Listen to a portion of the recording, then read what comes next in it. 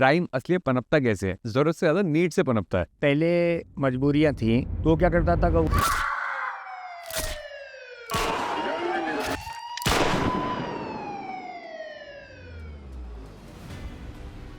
आज क्राइम का modus operandi बिल्कुल बदल गया। आ गया साइबर क्राइम और पुलिस के लिए ये एक चैलेंज है। अब दिन का क्राइम है, पहले रात का क्राइम होता था। फूलन देवी का इंटरव्यू देखा था तो उनसे कि अगर दोबारा जीने का मौका मिलता तो करते, तो कहते मैं क्राइम को कभी नहीं चुनती। क्राइम दो तरह का है। अचानक कोई क्राइम हो गया उसको तो आदमी बदल जाएगा। एक होता है हैबिचुअल हो जाए तो उसको हमेशा पुलिस को उसको सर्विलेंस रखना चाहिए। साइबर क्राइम तो बढ़ता ही रहेगा और पुलिस हमेशा 2 कदम पीछे रहती है। तो आपको क्या लगता है उस रेस में पुलिस कैसे आगे आएगी? सेंट्रल गवर्नमेंट ने एक काम किया, जो भी इलेक्ट्रॉनिक एविडेंस है उसको डॉक्यूमेंट मान लिया। पहले ये नहीं था। मान लीजिए किसी को इलीगल कमाया बहुत पैसा है तो उसे लीगल कैसे बनाता है? वो जाता है सीए के पास, सारे टूल्स यूज करता है और वो एंट्रीज घुमाता है। और ये सब प्राइवेट बैंकों को यूज करते हैं। 10 लाख से ऊपर कभी कैश नहीं डालेंगे क्योंकि नहीं तो वो अलर्ट चला जाएगा इनकम टैक्स को।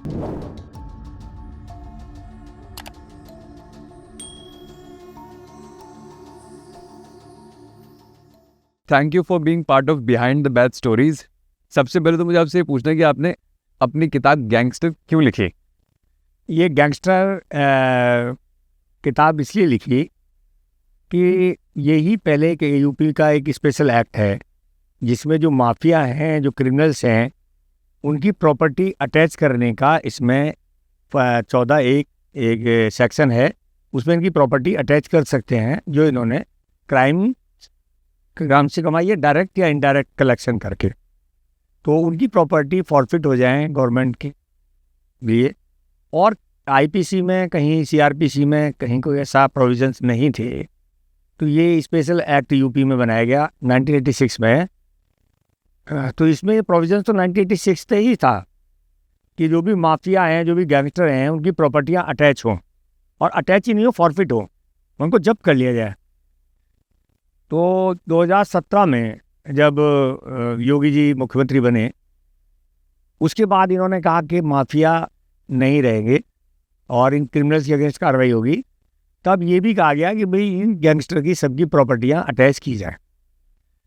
तो तब आपने देखा 2017 से अब तक रोज़ न्यूज़पेपर में आता है, अखबार में आता है, 100 करोड़ की प्रॉपर्टी अटैच होगी, 200 करोड़ की प्रॉपर्टी अटैच होगी, 50 करोड़ की होगी, 10 करोड़ की होगी। तो हुआ क्या कि मैंने इनको ज़रा देखा तो प्रॉपर्टी तो अटैच हुई, लेकिन उनका जो फॉर्मूला था, जो प्रोसीजर था, वो किसी को पता नहीं था।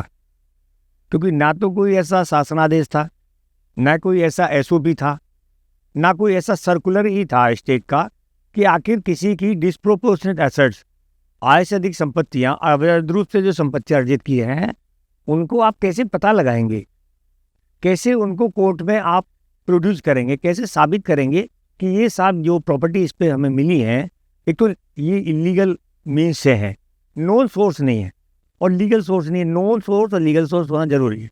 आपकी जो इनकम है वो सोर्स भी नोन हो और वो लीगल भी हो। किसी आदमी ने ड्रग्स का धंधा करके 2 करोड़ रुपए कमा लिए और 2 करोड़ रुपए से उसने एक फार्म हाउस ले लिया, एग्रीकल्चर लैंड ले ली, उस एग्रीकल्चर लैंड से वो इनकम करने लगा। तो जो एग्रीकल्चर लैंड से इनकम हो रही है वो भी इलीगल है, और जो उन्होंने एग्रीकल्चर लैंड ली वो भी इलीगल है। क्योंकि जो 200 करोड़ में लिया वो पैसा कहाँ से आया सोर्स, उसका सोर्स क्या था। यदि उसकी कमाई का सोर्स था तब तो सही है, लेकिन सोर्स क्या है? Unknown source. तो अननोन सोर्स और लीगल सोर्स क्या है, इसको डिफाइन करना, इनको साबित करना किसके, पुलिस को करना था। तो क्या हुआ, जल्दबाजी में सारी प्रॉपर्टियां अटैच की। अटैच करने पे वो फॉर्मूला यूज नहीं किया गया, तो 90% प्रॉपर्टी है। ये तो हुआ, टीवी में आया कि सब प्रॉपर्टी अटैच हुई 200 करोड़ की, लेकिन क्या हुआ, कोर्ट में जाके वो सारी प्रॉपर्टी वापस हो गई। तो जो प्रॉपर्टी वापस हुई ये न्यूज़पेपर में कहीं नहीं आया। तो जब वो प्रॉपर्टी वापस हो गई तो उस क्रिमिनल की वो लीगल प्रॉपर्टी हो गई। फिर वो अब आप क्लेम नहीं कर सकते कि आपने जो गलत तरीके से कमाई है। इसका तरीका पुलिस को नहीं पता था। मैंने सोचा कि भाई मैं एक ऐसी बुक लिखूं जिसमें मैं वो सारे टूल्स के बारे में बताऊं कि आपको क्या क्या टूल्स यूज करने हैं, कैसे आप किसी को कोर्ट में साबित करोगे कि ये क्राइम से रिलेटेड डायरेक्ट और इनडायरेक्ट इन्होंने पैसा कमाया, ये लीगल सोर्स नहीं है। अब क्या टूल्स होंगे सर? क्या टूल्स होंगे? अलग अलग टूल्स थे। तो मैंने वो बुक में टूल्स के बारे में पूरा लिखा। दूसरा एक गड़बड़ और हुई कि जब कोर्ट में जाके सुप्रीम कोर्ट, हाई कोर्ट में गैंगस्टर के केसेस में चैलेंज होने लगी और बहुत ज़्यादा गैंगस्टर के एफआईआर होने लगी और कोई अलग से कोई सिस्टम था नहीं, तो जिसको जैसा मन करे वैसा वो कर रहा था। फिर स्टेट गवर्नमेंट ने सब चीज़ क्लैरिफाई करने के लिए उन्होंने एक मैनुअल बनाया दिसंबर 2021 में। उसमें उन्होंने रूल्स बनाए, 60-65 रूल्स बनाए। उस रूल्स को फॉलो करना था पुलिस को। यदि कोई गैंग चार्ट आप बनाएंगे किसी गैंग का, तो आपको गैंग चार्ट बनाने में क्या क्या करना है। अच्छा। हाँ, आपको किसका गैंग चार्ट बनाना है, उसको पहले लिस्टेड कराना है, ठीक है। चार्जशीट 3 साल में होना चाहिए, उनको करना है। डोजियर बनाना है, और जो गैंग चार्ट बनाएंगे उसको डीएम, एसएसपी और नोडल ऑफिसर, उनको अपना लिखना है चार्ट में, और फिर अपना फ्रेश माइंड यूज़ करना है, और तब ये पहुंचना है कि भाई गहन मंत्रणा करें। मतलब कमेटी है, स्टेट डिस्ट्रिक्ट लेवल कमेटी, वो डिस्ट्रिक्ट लेवल कमेटी डिसाइड करे कि क्या ये गैंगस्टर है या नहीं। फिर जो जो रूल्स बताए, उन रूल्स को उनकी ट्रेनिंग हुई नहीं, वो रूल्स आए और रख गए। तो रूल्स को फॉलो ना करने पे क्या हुआ, हजारों एफआईआर हाई कोर्ट ने क्वेश कर दी। बल्कि एक जिले के डीएम साहब को हाई कोर्ट ने कहा, हटा दिया और कहा कि अब ये कभी जिले में डीएम नहीं रहने चाहिए, तो इनको ये पता ही नहीं है कि गैंग चार्ट अप्रूवल या इसमें क्या क्या सावधानियां बरतनी चाहिए, क्या क्या रूल्स है, उनको फॉलो नहीं कर रहे। तो काहे की है। कभी कभी हाई कोर्ट ने कहा कि प्रॉपर्टी अटैच कर दी, भाई डीएम साहब ने प्रॉपर्टी अटैच की, आया, उन्होंने देखा नहीं और अटैच कर दिया। हाई कोर्ट ने कहा कि भाई आप डाकखाना थोड़ी हो, आप एक अथॉरिटी हो, आपको इसको देखना है, समझना है, सब कुछ देख के तभी आपको प्रॉपर्टी अटैच करना चाहिए। अदरवाइज आप उसको रिलीज कर दो, करो ही नहीं अटैच, उसको सुनो। लेकिन बस जाने अनजाने वो अटैच होती रही। आप जब आप गैंगस्टर बोलते हो, आप गैंगस्टर मानते किसे हो, कब किसी को बोलते हो कि गैंगस्टर है? देखिए, मैं आपको बता दूं, गैंगस्टर की एक डेफिनेशन है, उस डेफिनेशन को फॉलो करना जरूरी है। हमने सुना है मतलब ये वर्ड, तभी हमने आपसे पूछ लिया। गैंगस्टर।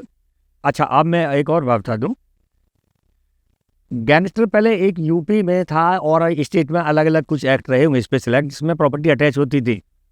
लेकिन आप अब देखिए, गैंगस्टर की तो मैं बता ही दूंगा। अब जो नया बीएनएस आया है, भारतीय न्याय संहिता, इसमें एक सेक्शन 111 है, 111, organise crime syndicate. Organise crime syndicate. तो जो सिंडिकेट है वही गैंगस्टर है, वही संगठन है, वही ऑर्गेनाइजेशन। चाहे उसको ऑर्गेनाइजेशन करो, चाहे उसको गैंग कहो, चाहे उसे ऑर्गेनाइज सिंडिकेट कहो, बात एक ही है। तो इसमें 2 आदमियों से कम नहीं होने चाहिए, नंबर 1। मिनिमम दो लोग हैं, है ना। और जो डिफाइन किया गया सेक्शन 2 में, वो क्राइम किया हो, ठीक है। और उसने एक गड़बड़ जो होती है, वो अभी भी चल रही है, उसमें एक वर्डिंग आती है कि डरा के, धमका के, हिंसा का प्रयोग करके, हिंसा को प्रदर्शित करके जो जनता है उसमें एक डर की भावना पैदा हो, जो उसने क्राइम किया है, ये जरूरी है। और ये आपको डॉक्यूमेंट्री प्रूव करना है जब आप एफआईआर लिखवा रहे हैं।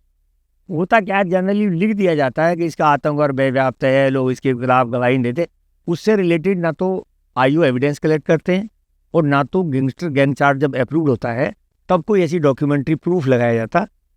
ये जरूरी है। और उसमें इकोनॉमिक ऑफेंस, मतलब आर्थिक भौतिक लाभ अर्जित करने के लिए वो अपराध किया गया हो,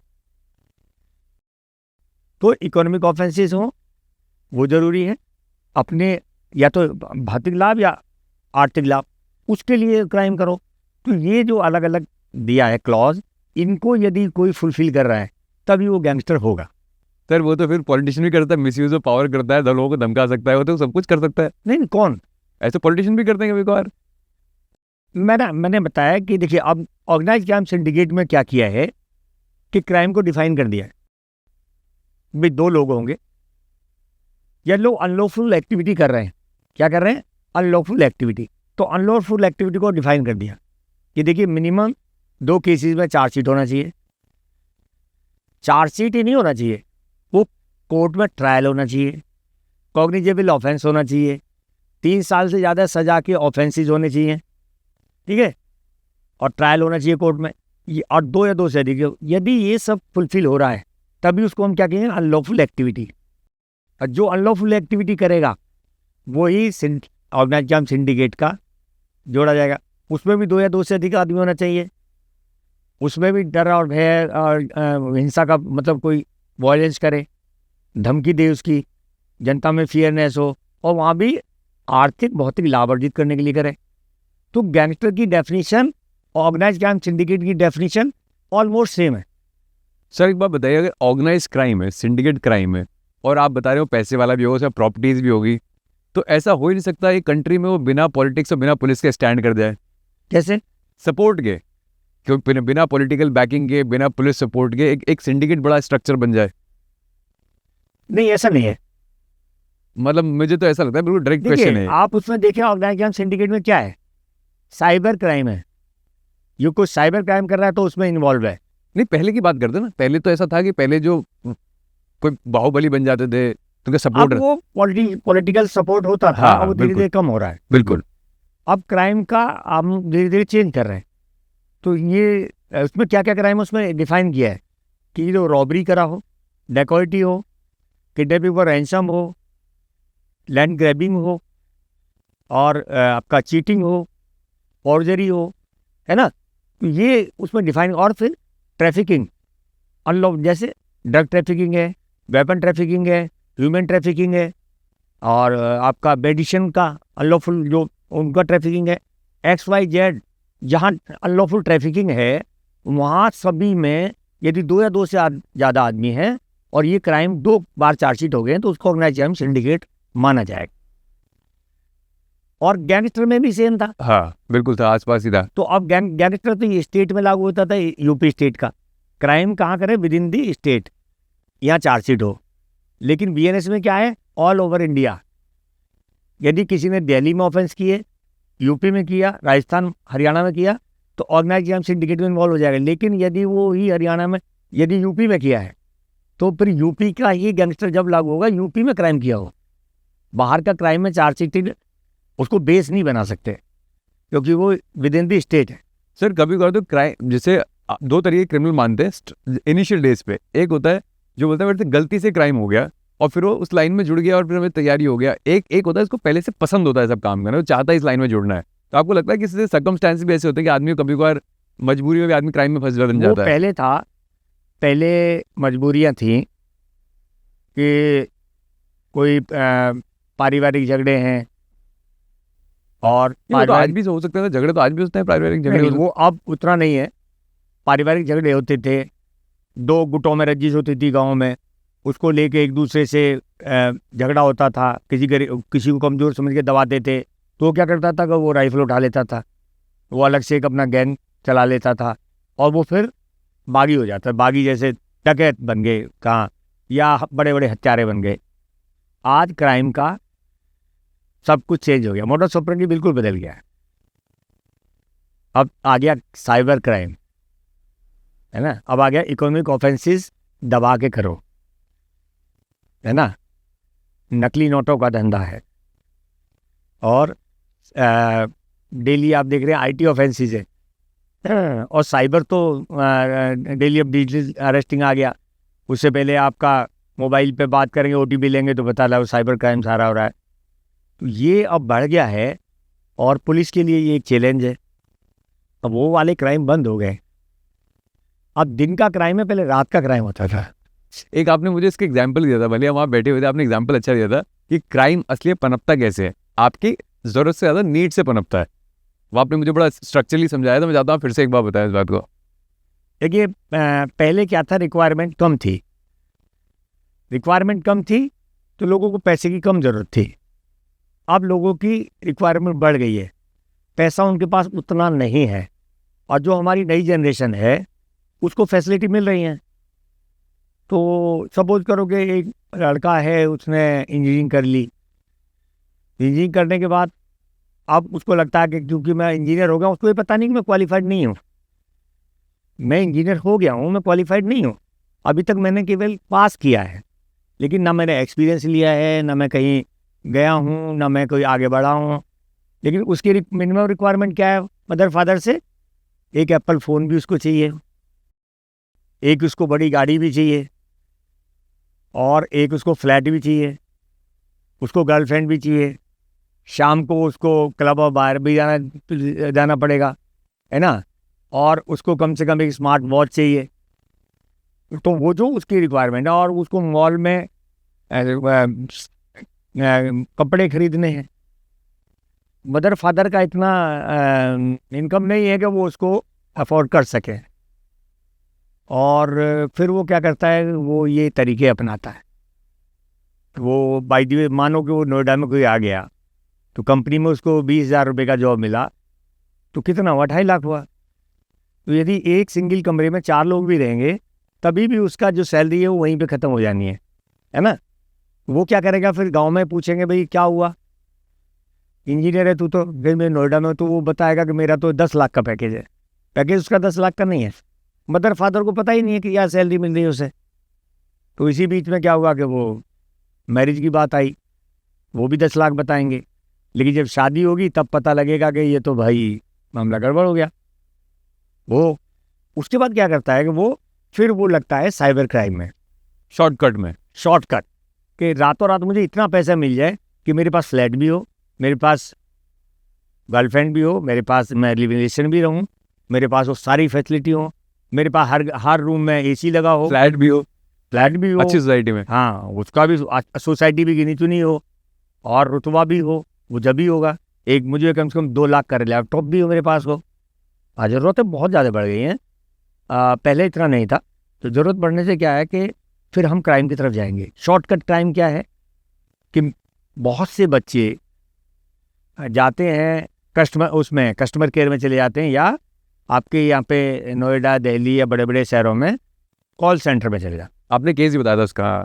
तो कॉल सेंटर में क्या है कि पहले कॉल सेंटर में वो कहेंगे भाई ठीक है, आप 3 महीने ट्रेनिंग करो, आपको कोई पैसा नहीं मिलेगा, तो घर से खर्चा कर रहा है। उसके बाद ठीक है, आपको 20,000 रुपये महीना मिलेगा। उसकी रिक्वायरमेंट तो बहुत ज़्यादा है। तो बाद में फिर चुपके से वो बात आएगी कि ये मोबाइल लो, इससे आप ये कॉल करो, उसको स्क्रिप्ट दे दी जाएगी, ये कॉल करो। यदि तुमने 2 लोग फंसा दिए और 50,000 रुपये यदि आ गया उससे, फिर हम आपको 10,000 रुपये का रिवार्ड दे देंगे। हैं, जब उसकी जेब में 10,000 रुपये आते हैं तो उसको फिर और होता है कि नहीं, मैं कल 15,000 कमाऊँ। तो और ज़्यादा वो शार्प दिमाग से कस्टमर को फंसाता है, लोगों को फंसाता है, और फिर वो 15,000 कलेक्ट कर लेता। अब उसकी एक हैबिट बन गई कि मुझे 10-15,000 रुपये रोज़ कमाना है ना। वो फिर बढ़ते बढ़ते वो ऐसे जगह पहुंच जाता है कहाँ से वो निकल भी नहीं पाता, और वो चाहता भी नहीं कि वहाँ से निकले। तो शॉर्टकट ये, उसको बाद में कभी पकड़ा जाए तब उनको रियलाइज होता है कि हमने क्या किया। ऐसे सर मैंने ना एक फूलन देवी का इंटरव्यू देखा था। उसमें उनसे किसी कोई पूछता है उनसे कि अगर आपको मौका मिलता तो आप दोबारा करते, अगर दोबारा जीने का मौका मिलता तो करते, तो कहते मैं क्राइम को कभी नहीं चुनती। तो रिग्रेट तो आदमी को होता होगा। उस क्राइम में और इस क्राइम में अंतर है। नहीं, बट मैं क्राइम को हल्का फुल्का कंपेयर कर रहा हूँ। क्राइम 2 तरह के हैं। क्राइम 2 तरह का है। एक क्राइम सडन, अचानक कोई क्राइम हो गया, उसको तो आदमी बदल जाएगा। एक होता है हैबिचुअल हो जाए, जैसे कोई आदमी झूठ बोल रहा है, झूठ बोल के पैसा कमा रहा है, वो मरते दम तक झूठ बोल के ही पैसा कमाएगा, वो नहीं बदल सकता। कोई आदमी जहर कुरानी कर रहा है, जहर दे के या कोई चीटिंग करके कर रहा है, फौर देने वाला कभी नहीं बदलेगा। वो जितनी बार आएगा वही करेगा। जेब कतरा कभी नहीं बदलता। कबूतरबाज, कितना ही उसको कह दो, वो बाज नहीं आने वाला, वो बाज है। जिनके पीछे बाज लगाओ वो इस तरह का क्राइम है, तो उसको हमेशा पुलिस को उसको सर्विलेंस रखना चाहिए, निगरानी रखना चाहिए। हाँ, एक क्राइम होता है कि वो परिवार में झगड़ा हुआ, एक मर्डर हो गया, अचानक झगड़ा हुआ, कोई और क्राइम हो गया, ये तो एक क्राइम है जो आदमी महसूस भी करता है बाद में और बदल भी जाता है। लेकिन कुछ क्राइम ऐसे हैं कि जो एक बार उसमें आ गया फिर उस क्राइम की, यदि किसी ने व्हीकल चोरी करनी शुरू कर दी, वो नहीं मानेगा, वो व्हीकल चोरी करेगा छूटने के बाद। उसको एक आदत बन जाती है, जेब कतरे को आदत बन जाती है जेब काटने की। इसी तरीके से साइबर क्राइम करने वाले बाद नहीं आते, उनको एक आदत, और उसको और डीपली जाते हैं और नए टूल्स यूज करेंगे और नए नए सॉफ्टवेयर लेंगे। सॉफ्टवेयर ऐसे से सॉफ्टवेयर लेते हैं कि देखें हमें कौन कैसे पकड़ ले, चैलेंज करते हैं वो। अरे तो चैलेंज कभी कभी क्या है, पुलिस तो इतनी अपग्रेड है नहीं, तो उसका वो फायदा उठा लेते हैं। तो इस क्राइम को बढ़ता है, जिस क्राइम को पुलिस डिटेक्ट ना करे वो क्राइम बढ़ता चला जाएगा। कोई भी क्राइम XYZ। एक जमाना था किडनैपिंग होती थी, कौन सी वाली, किडनैप और रैंसम, फिरौती के लिए अपहरण। पता लगा कि हर गांव में किडनैप हुआ पड़ा है। लोगों ने कहा यार इससे अच्छा धंधा ही नहीं है। हाँ, एक आदमी को पकड़ो, घर में डालो, 20 लाख रुपए ले लो, हो गया काम। लेकिन जब वो फिर धीरे धीरे उनकी निगरानी शुरू हुई और मोबाइल फ़ोन से उनको ट्रेस किया, उनकी लोकेशन ट्रेस की, उनकी वॉइस रिकॉर्डिंग हो गई, उनका कॉल डाइवर्ट होने लगा, फिर वो मरने लगे, पुलिस एक्टिव होने लगी, तो वो क्या हुआ, फिर वो धीरे धीरे कम हो गया। नहीं तो वो बिल्कुल टॉप। आज की तारीख में तो साइबर क्राइम ही सबसे नंबर 1 क्राइम है। और डर लगता है हर आदमी को, यदि फ़ोन कोई आता है तभी डरते हैं कि इसमें कॉल उठाऊं या ना उठाऊं। साइबर क्राइम तो बढ़ता ही रहेगा, इसे तो पीछे मुड़ने वाली कोई बात ही नहीं है, मतलब है ना, तो आगे बढ़ेगा। और पुलिस हमेशा 2 कदम पीछे ही रहती है, ये बात भी माननी पड़ेगी। पीछे है 2 कदम, देखो, क्योंकि टेक्नोलॉजी बहुत आगे है, टेक्नोलॉजी बहुत है। तो आपको क्या लगता है उस रेस में पुलिस कैसे आगे आएगी? एक तो सेंट्रल गवर्नमेंट ने एक काम किया है जो बहुत ही बढ़िया है। उन्होंने क्या किया कि जो डिजिटल एविडेंस है, जो भी इलेक्ट्रॉनिक एविडेंस है, उसको डॉक्यूमेंट मान लिया। वो डॉक्यूमेंट्री प्रूफ है, तो डॉक्यूमेंट्री प्रूफ कोर्ट एडमिट करेगा। पहले ये नहीं था।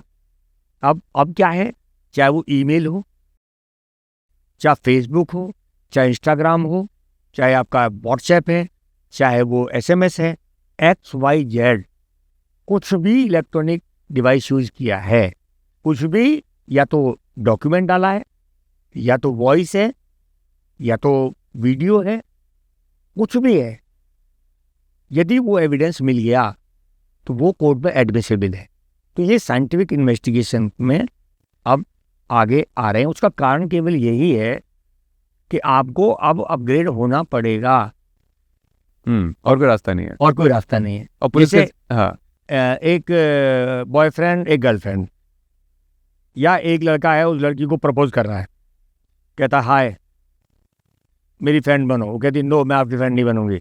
नहीं बनेगी तो अच्छा नहीं होने का, कर जो करना कर लेना, कि मैं तुझे मार दूंगा, कि मार देना।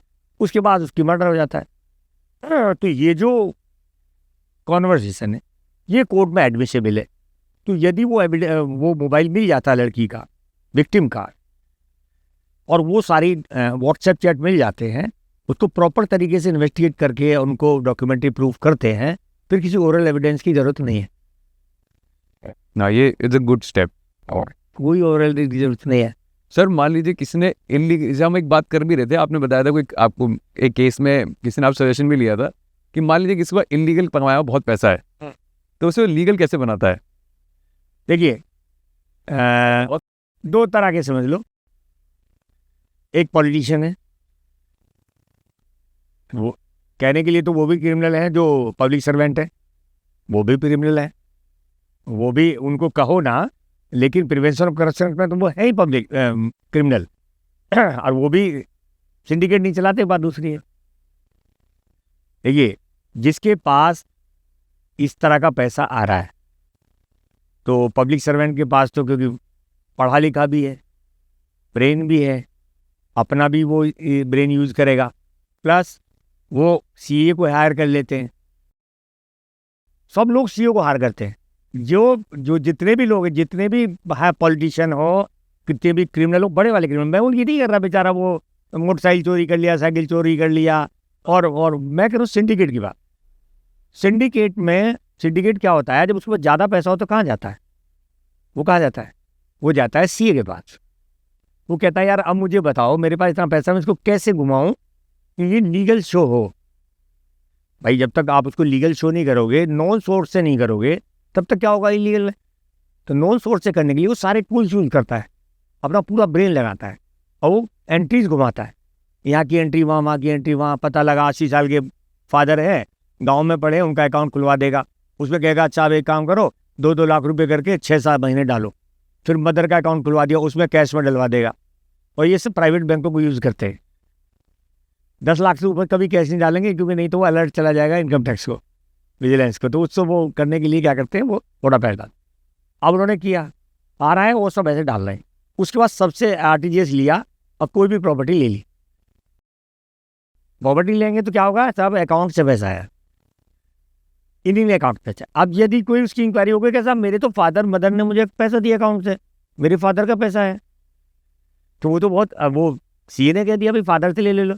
लेकिन as a investigative officer, CBI, vigilance, anti corruption या कोई भी ऐसी एजेंसी जो इसकी इन्वेस्टिगेशन कर रही है, वो सबसे पहले ही देखेगी ये पैसा आया कहाँ से। जो आपने 2 करोड़ की प्रॉपर्टी ली है, ये चेक कहाँ से आए, ये आरटीजीएस कहाँ से आए। फिर वो वहाँ जाएगा, फिर वो देखेगा ये कौन लोग हैं, इनकी क्या फाइनेंशियल कंडीशंस है, इनकी सोर्स क्या है, ये पैसा क्या कैश में आया या किसी नॉन सोर्स से आया, क्या ये अकाउंट इसी ने खोला गया था कि केवल आरटीजीएस करने के लिए, उसके बाद अकाउंट में कोई ट्रांजेक्शन ही नहीं हुए, अभी भी 500 रुपये पड़े, और जिस दिन खोला उस दिन से कैश जमा होना शुरू हुआ, और 6 महीने बाद वो आरटीजीएस एक ही डेट में सब हुए, और वो क्या हुआ, क्लोज हो गया। ये सारा अननोन पैसा है। ये इन्वेस्टिगेटिव ऑफिसर जो है बहुत डीपली जाना चाहिए, जाते हैं तभी ये पता लगता है कि ये आया कहाँ से। तो ये तो सर इन्वेस्टिगेशन ऑफिसर ढूंढ रहा है। मैं कह रहा हूँ किसी बंदे ने अपनी इलीगल प्रॉपर्टी को लीगल कैसे बनाया होगा। वो ऐसे ही बनाते ना सर। देखिए आपने क्या किया, आपके पास 2 करोड़ रुपए है, 2 करोड़ रुपए आपने क्या किया, आपने और अकाउंट्स में डाल दिया। पहले क्या था, पहले ऐसे नहीं था, पहले ऐसे नहीं था। पहले क्या था कि पहले कैश में होता था, जो भी रजिस्ट्रियाँ होती थी लिखते थे कैश में ले लिया, या मैंने पहले ही ले लिया, या मैंने किस्तों में ले लिया। अब क्या बाउंड हो गया कि आपको अकाउंट में पैसा देना है, अकाउंट तो अकाउंट खोलने पड़ेंगे। अकाउंट खोलोगे तो किसके खोलोगे। दूसरा कि ये क्या करते हैं, ये बेनामी संपत्तियाँ इकट्ठा करते हैं।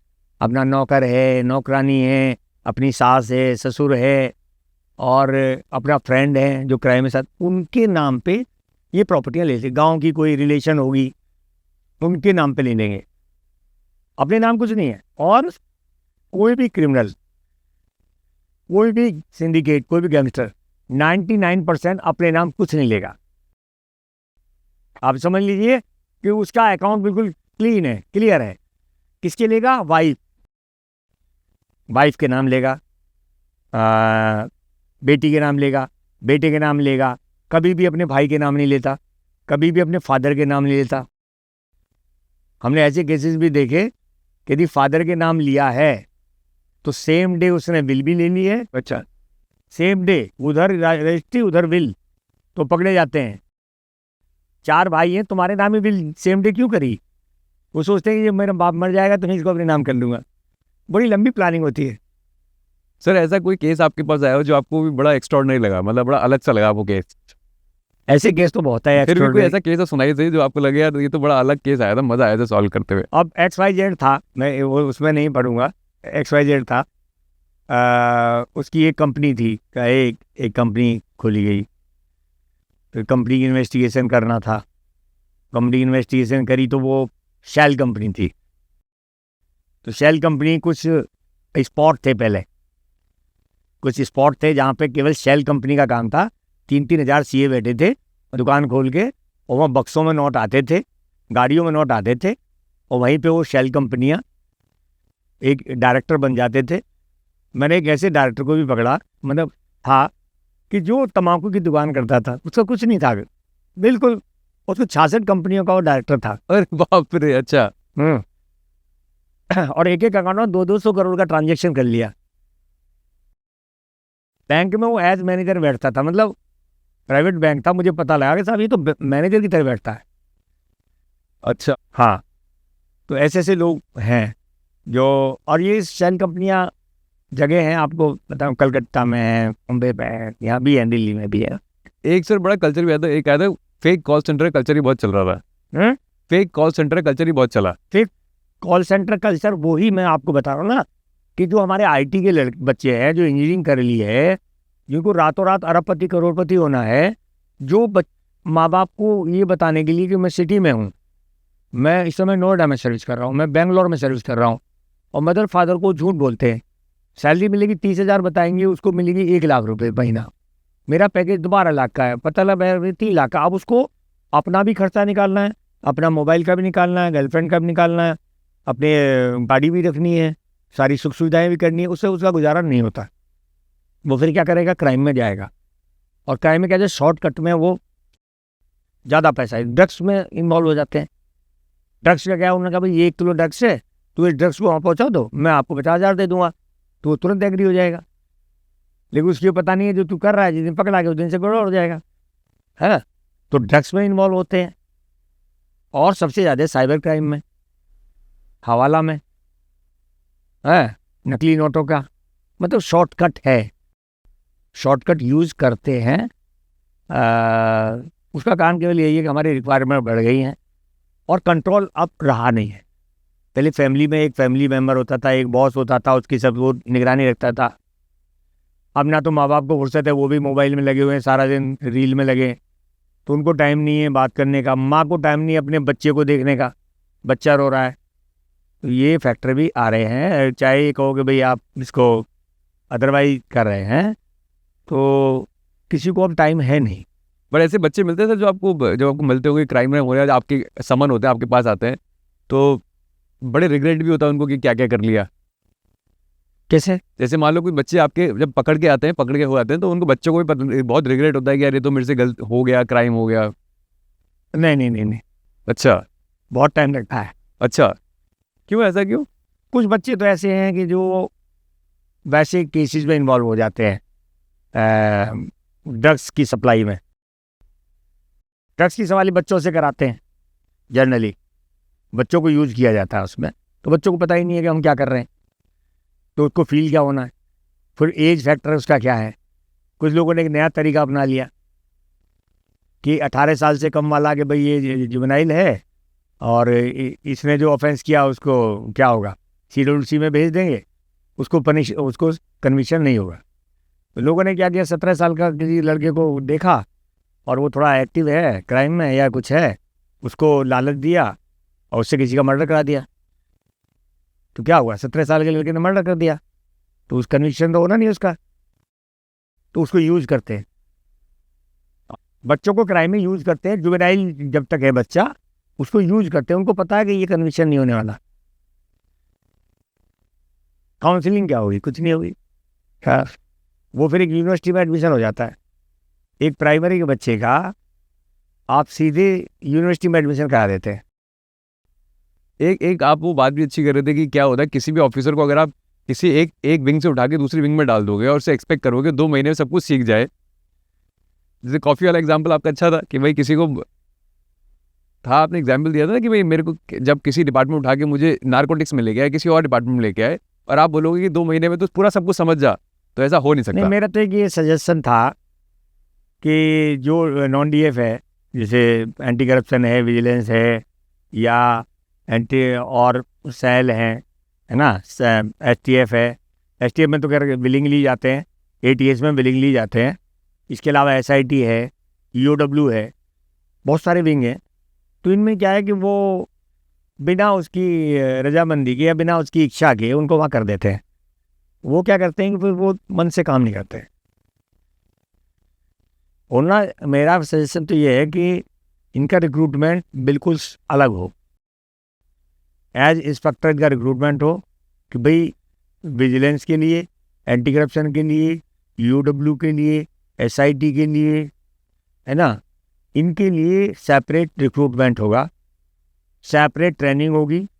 उसमें कुछ टेक्निकल भी लिए जाएंगे, कुछ इंजीनियर्स को भी आप लीजिए, कुछ जेई को भी आप लीजिए, कुछ कंप्यूटर एक्सपर्ट को लीजिए, कुछ साइबर एक्सपर्ट को लीजिए, कुछ अकाउंट्स के एक्सपर्ट को लीजिए, कुछ सीए को लीजिए। बस इस तरह के जो कोर्सेज किए हुए हैं, छोटे छोटे कोर्सेज या बड़े कोर्सेज, कंप्यूटर कोर्स किए हुए हैं, तो ऐसे जो टेक्निकल इंस्पेक्टर्स आप लीजिए, नॉन ग्रेजुएट ले लीजिए, आपको मिल जाएंगे। उनको ले लीजिए, उनका ट्रेनिंग सेपरेट कराइए, उनको एक एक्सपर्टाइज बनाइए, वो केवल उसी में लगे हों, उनको उसका बिल्कुल भनक ना हो दूसरे डिपार्टमेंट की। इवन पुलिस की वर्किंग क्या हो रही है उसके बारे में इतना ज़्यादा जानकारी ना हो, छोटा मोटी हो लेकिन बहुत गहराई नहीं। उनको यदि आप डायरेक्ट रिक्रूटमेंट करके और उनको जब पोस्ट करोगे तब वो ज़रूर अपना अलग से उनको लगेगा हाँ हम एक्सपर्ट हैं, हम ये करें। अब एक पुलिस वाला है, उसने 20-30 साल सर्विस की पुलिस में, स्टेट पुलिस में की, उसमें थानों में, रातों रात को पता लगा कि अब तुम विजिलेंस के इंस्पेक्टर हो गए हो, अब आपको प्रिवेंशन ऑफ करप्शन एक्ट में DA इन्वेस्टिगेशन करना है, अब आपको मिसकंडक्ट इन्वेस्टिगेशन करनी है। अब पहली बात तो वो एक्सपर्ट नहीं है, दूसरी बात उसको सिस्टम का पता नहीं है ना। और यदि करना भी है तो नए लड़कों को किया जाए। होता क्या है, जो रिटायरमेंट होने वाले हैं, जो काफ़ी एजिड हो गए हैं, उनको किया जाता है। हाँ, वो वैसे ही उनका मन आधा रहता है, इसीलिए जो वो इतना सक्सेस नहीं है, सफलता नहीं है। आप सब इंस्पेक्टर को ही लिया, चलो सब इंस्पेक्टर जैसे ही इंस्पेक्टर बना, सब इंस्पेक्टर 10 साल में इंस्पेक्टर बन गया आप, तो उसकी 32-33 हो गई, उसको आप ले लीजिए तुरंत। लेकिन उसमें वो छांटे जाते हैं जो ऊपर वाले हैं, नए लड़कों को नहीं लिए, हो जाए तो बेटर है। मान लीजिए सर कि आपको कोई केस साइन होगा है ना, अब आपको पता लगा मुझे इसे इन्वेस्टिगेट करना है, अब आपको पता लगा कि इसके साथ तो एक पॉलिटिशियन भी जुड़ा हुआ है या मेरा ही बॉस है, तो वो एक जूनियर जो बंदा होगा वो कैसे अप्रोच दिखाएगा अपने सीनियर लोगों के साथ भी, क्योंकि वो तो जैसे आपने बोला था कभी का मिसबिहेव करते हैं, उन्हें फ़र्क ही नहीं पड़ता है आप उससे कितना ही चेज कर लो, पर वो क्या वो फिर रूल्स फॉलो करे पुलिसिंग के अंदर रह के या फिर किसी भी डिपार्टमेंट में रह के जो चीज़ को चेज कर पाए। देखिए, जहाँ तक विजिलेंस की बात है कि विजिलेंस पे भी काम किया, वहाँ तो किसी का दबाव होता नहीं, किसी का दबाव नहीं होता, वहाँ बिल्कुल इंडिपेंडेंट काम करते हैं। वो किसका क्या है कोई मतलब नहीं, कोई कितना बड़ा पॉलिटिशियन है उससे भी कोई लेना देना नहीं है, वो तो एक बिल्कुल फ्री हैंड है। बट मैं हर डिपार्टमेंट की बात कर रहा हूँ, हर डिपार्टमेंट में अपने चैलेंज है। जिला पुलिस में तो होता है, पॉलिटिकल इंटरफेरेंस तो होता ही बिल्कुल होता है। तो मैं कह रहा हूँ वो आदमी क्या करेगा जब कोई जूनियर लेवल पे है और वो लड़ेगा तो कहीं और चला जाएगा। तो ये भी तो एक दुर्भाग्य है पुलिसिंग में, सौभाग्य कहो या दुर्भाग्य कहो, ये तो अलग है। आपको सर अभी क्या लगता है सबसे बड़े चैलेंजेस क्या है, आप मतलब पूरे डिपार्टमेंट के सामने सबसे बड़े चैलेंजेस क्या है आज की डेट में इंडिया के अंदर, इंडिया में किसी भी चीज़ को लेकर, जैसे मान लो मैं तो पुलिस रिलेटेड बता सकता हूँ। हाँ, मैं उसी की बात कर रहा हूँ, मतलब आपको क्या लगता है क्या चैलेंज अभी सामने खड़े हैं जो आजकल तो साइबर क्राइम सबसे ज्यादा है। जैसे हाउस अरेस्ट की बात आप कर रहे थे, जैसे आप हाउस अरेस्ट की बात भी कर रहे थे, हाउस अरेस्ट हो रहा है तो वो डिजिटल उसी का मतलब है, वो साइबर क्राइम ही है। एग्जैक्टली मैं कह रहा हूँ कि डिजिटल अरेस्ट हो रहा है, या वो अकाउंट से पैसा हो रहा है, या वो फॉर्जरी हो रही है, या XYZ किसी भी तरीके से अकाउंट से पैसा ले रहे हैं। कि आपको क्या लगता है क्या अब हो सकता है और बेटर क्या आप देखिए, इसकी विंग तो बनी है, लेकिन इसमें भी एक्सपर्ट्स को लेना होगा ऑन द, उनको ना एडॉक ले लीजिए या उनकी किसी कंपनी को हायर कर लीजिए। यदि कोई ऐसी IT की कंपनी आप हायर कर लें जिनका एक ग्रुप है और उसका एक ऑफिस बन जाए और वो आपको कोऑर्डिनेट कर रहा है, कोई क्राइम हुआ तो आप उनको साथ लें। कि प्राइवेटाइज इन्वॉल्वमेंट भी हो, 100% होना चाहिए, क्योंकि एक सब इंस्पेक्टर या डिप्टी SP जरूरी नहीं है कि वो कुछ ज़्यादा हिस्ट्री का पढ़ा भी होगा, ज्योग्राफी का पढ़ा भी होगा, है ना, वो आर्ट साइड से MA किया है, BA किया है, वो हो गया, तो उसको क्या पता है ना। तो मेरा सजेशन तो यही होगा कि जो प्राइवेट कंपनियां हैं, जो IT कंपनियां हैं, जो बड़े बड़े एक्सपर्ट हैं, IT एक्सपर्ट हैं, उनको ज़रूर हायर करना चाहिए, उनका सहयोग देना चाहिए। ये सजेशन आपने और जगह भी तो रखा होगा, क्यों तो इम्प्लीमेंटेशन क्यों नहीं होता? मैंने पहली बार आपके पास रख रहा हूँ। अच्छा, और क्योंकि तो बहुत स्मार्ट सजेशन है इसमें, क्योंकि जैसे आपने बोला ED भी हेल्प लेती है कभी कभार, हायर करते हैं, बिल्कुल करते हैं इसको, हाँ उसमें बुराई क्या है। एक CA बेटर बता देगा कि ये देखिए एक कंपनी है, ये शेल कंपनी है, इसके क्या क्या ट्रांजेक्शन हुए, कहाँ से पैसा आया, किस किस कंपनी में गया, क्या हुआ, वो बैठे बैठे निकाल देगा सब। वो SIN नंबर डालेगा, कंपनी का निकाल देगा, DIN नंबर लगा, डायरेक्टर पूरा डायरेक्टर का निकाल देगा। और जितनी कंपनियां MCA में रजिस्टर, हिंदुस्तान की जितनी भी कंपनियां रजिस्टर हैं, जो भी कंपनियां रजिस्टर हैं, वो सब ऑनलाइन है, पब्लिक डोमेन में। आप हिंदुस्तान की किसी भी कंपनी को आप अभी 100 रुपये करिए और उसको सबको जो है आप इंस्पेक्शन कर लीजिए, आप डाउनलोड कर लीजिए, उसको पूरा पढ़ लीजिए, सब कुछ देख लीजिए, कर सकते हैं।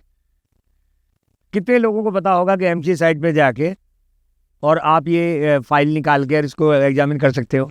लेकिन हर सीए को पता है कि कंपनी का कैसे सीन नंबर आएगा, कैसे नंबर आएगा, कैसे मैं उसको निकालूंगा, और किस फॉर्म में क्या होता है, फॉर्म 21 में क्या, 16 में क्या, उसकी आईटीआर कहाँ है, उसका जो बोर्ड ऑफ डायरेक्टर्स कहाँ है, एजीएम मीटिंग कब हुई, उसका कॉन्स्टिट्यूशन क्या है, कब वो फॉर्म हुई, एक्टिव है कि नहीं है, उसके शेयर होल्डर्स कौन हैं, ये सारा डिटेल कौन बताएगा? सीए।